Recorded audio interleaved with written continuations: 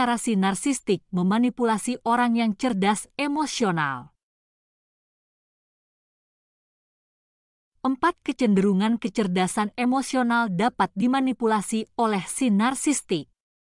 Berfokus pada kebaikan orang lain, mengakui kesalahan, empati, dan berjuang untuk tetap dekat adalah kemampuan yang sehat dan penting. Kesadaran tentang bagaimana dan mengapa kualitas-kualitas ini dieksploitasi dapat membantu orang yang cerdas secara emosional melindungi dirinya sendiri. Pertama, orang yang cerdas secara emosional biasanya ramah tamah dan melihat sisi baik orang lain.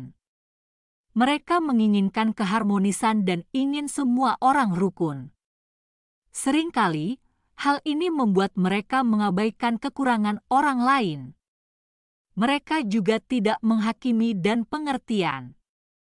Sayangnya, atribut ini dengan cepat dimanfaatkan oleh seorang narsistik.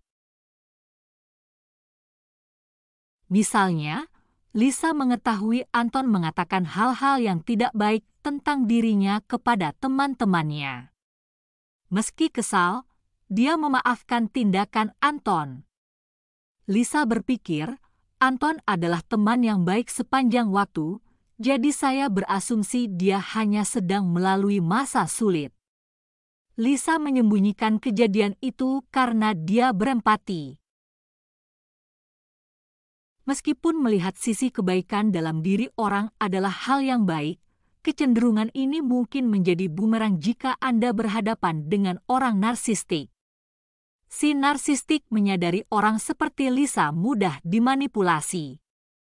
Hal ini memicu keinginannya untuk terus menyakiti Lisa demi mendapatkan kekuasaan dalam hubungan tersebut.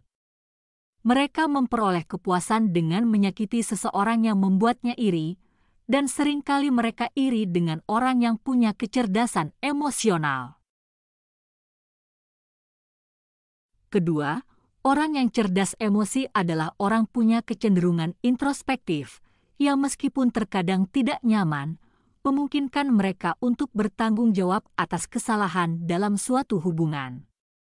Memiliki perasaan yang tulus, merasakan penyesalan yang mendalam, dan secara aktif memperbaiki kerusakan dengan berkomunikasi untuk menjaga kepercayaan dan kedekatan dalam hubungan. Selain itu, kecenderungan untuk introspeksi membantu mereka memahami perannya dalam konflik dengan orang lain, sehingga mereka bisa menyelesaikan konflik dengan cara yang sehat. Sayangnya, hal ini tidak berjalan mulus bila Anda berhadapan dengan seorang narsistik yang cenderung langsung membelokkan dan memproyeksikan akuntabilitas daripada introspeksi. Ketidaksepakatan biasanya meningkat karena proyeksi si narsistik. Anda terguncang karena serangan si narsistik dan segera melakukan refleksi diri. Tanpa mengetahui sudut pandang si narsistik yang terdistorsi, Anda memandang diri sendiri melalui sudut pandang si narsistik yang tidak tepat dan kemudian dimanipulasi untuk meyakini bahwa Anda lah yang bersalah. Dengan demikian, orang yang cerdas secara emosional dalam suatu hubungan bisa dimanipulasi oleh si narsistik yang jarang melakukan refleksi diri. Siklus ini dapat menyebabkan orang yang cerdas secara emosional mulai meragukan realitasnya sendiri, meskipun sebenarnya realitasnya valid. Ketiga, landasan kecerdasan emosional adalah empati. Empati seringkali dianggap sebagai elemen penting dalam hubungan yang dekat dan sehat. Upaya untuk memahami bagaimana perasaan orang yang dicintai sambil menghormati emosi tersebut dapat memberikan manfaat yang luar biasa bagi seseorang yang merasa sendirian dalam penderitaannya.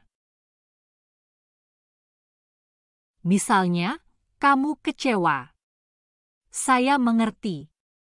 Saya juga akan demikian. Tapi kamu sudah berusaha, lain kali keadaan akan lebih baik. Sebaliknya, respons yang kurang berempati adalah, memang kamu sudah berusaha, tapi hasilnya tetap kurang baik, gagal, selalu gagal. Aku sudah bilang kamu tidak usah mengasihani diri sendiri, mungkin lebih baik kamu diam saja di rumah.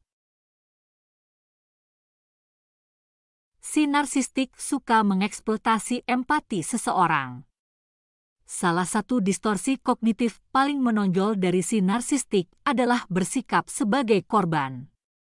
Ia mungkin cenderung menulis ulang suatu narasi dan mengubah kenyataan sehingga menjadikan dirinya korban. Hal ini biasanya terjadi ketika mereka dikonfrontasi. Misalnya, Ali terkejut dengan tagihan yang sangat besar pada kartu kredit bersama istrinya. Dia memanggil Ella istrinya untuk mendiskusikan rencana untuk menangani situasi tersebut. Ella segera mulai menangis. Dia mengaku berbelanja impulsif untuk melawan perasaan kesepian dalam hubungan mereka. Ali bingung. Dia bertanya, apakah aku suami yang buruk? Apakah aku telah mengabaikan Ella secara emosional? Apakah ini salahku? Dia bertanya-tanya apakah dia terlalu mementingkan diri sendiri. Dia memang menghabiskan banyak waktu di tempat kerja. Ali memutuskan bahwa ini adalah kesalahannya. Dia meminta maaf kepada Ella. Si narsistik dalam skenario ini, Ella, berhasil mengalihkan kesalahan dalam hubungan tersebut dengan berperan sebagai korban. Dia menghindari mengakui kesalahannya dan malah merevisi narasi, menjadikan dirinya korban dan Ali sebagai penjahat. Dengan melakukan hal itu, dia berhasil menghindari akuntabilitas. Ini adalah taktik umum seorang narsistik.